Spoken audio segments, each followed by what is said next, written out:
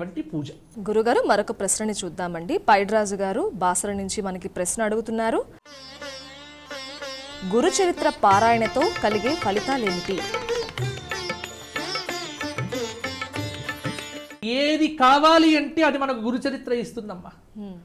ఇక్కడ గురు చరిత్ర అంటే కూడా మీకు ఒక రహస్యం చెప్పాలి. ఇవాళ చాలా మందికి గురు చరిత్ర అంటే దత్తాత్రేయ గురు చరిత్ర నేను చెప్పేటువంటిది. మనకు సాధారణంగా పురాణముల నుంచి అంటే సంస్కృతము నుంచి మనకు పురాణాలు వచ్చాయి, సంస్కృతంలోనే ఉంటాయి. కానీ దత్త సంప్రదాయంలో దత్తావతారం అంతా మహారాష్ట్రలో ఎక్కువ వ్యాప్తమైంది.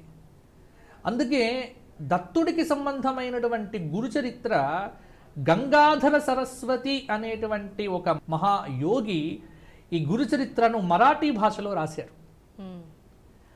దానిని వాసుదేవానంద సరస్వతి స్వామి వారు రెండు రకాలుగా రాశారు. ఒకటి ద్విసహస్రీ గురు చరిత్ర అని 2000 శ్లోకాలతో సంస్కృతంలో ఆయన బ్రహ్మచర్యాశ్రమంలో రాశారు. అది ఒక గురు చరిత్ర.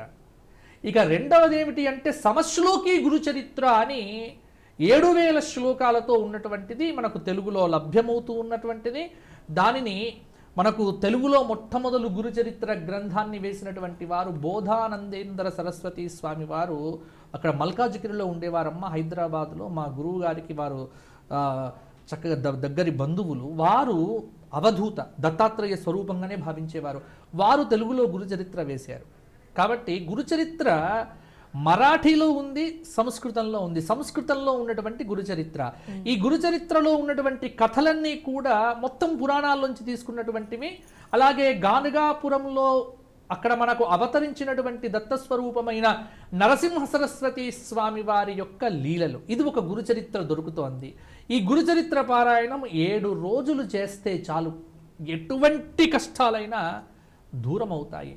ఇప్పుడు దత్తుడి యొక్క నవరాత్రములు, ఈ మార్గశీర్ష మాస శుక్లపక్ష పౌర్ణమి దత్తాత్రేయ జయంతి. కాబట్టి గురు చరిత్ర పారాయణం చెయ్యండి. ఇది కాకుండా బ్రహ్మాండ పురాణాంతర్గతంగా దత్తాత్రేయ కథలన్నీ చెప్తూ ఒకటి గురు చరిత్ర లభ్యమవుతూ ఉన్నది. కాబట్టి దత్తుడికి సంబంధించినటువంటి గురు చరిత్రయే మీరు పారాయణం చెయ్యండి. దానిలో నరసింహ సరస్వతి స్వామి వారి యొక్క చరిత్ర ప్రధానంగా ఉంది. ఈ మధ్య కాలంలో మనకు ప్రకాశంలోకి వచ్చింది శ్రీపాద వల్లభుల యొక్క చరిత్ర. అది కూడా గురు చరిత్రనే, అది కూడా పారాయణం చేయవచ్చు. శ్రీపాద వల్లభుల చరిత్ర గురు చరిత్ర ఒకటి, నరసింహ సరస్వతి స్వామి వారి చరిత్ర గురు చరిత్ర ఒకటి.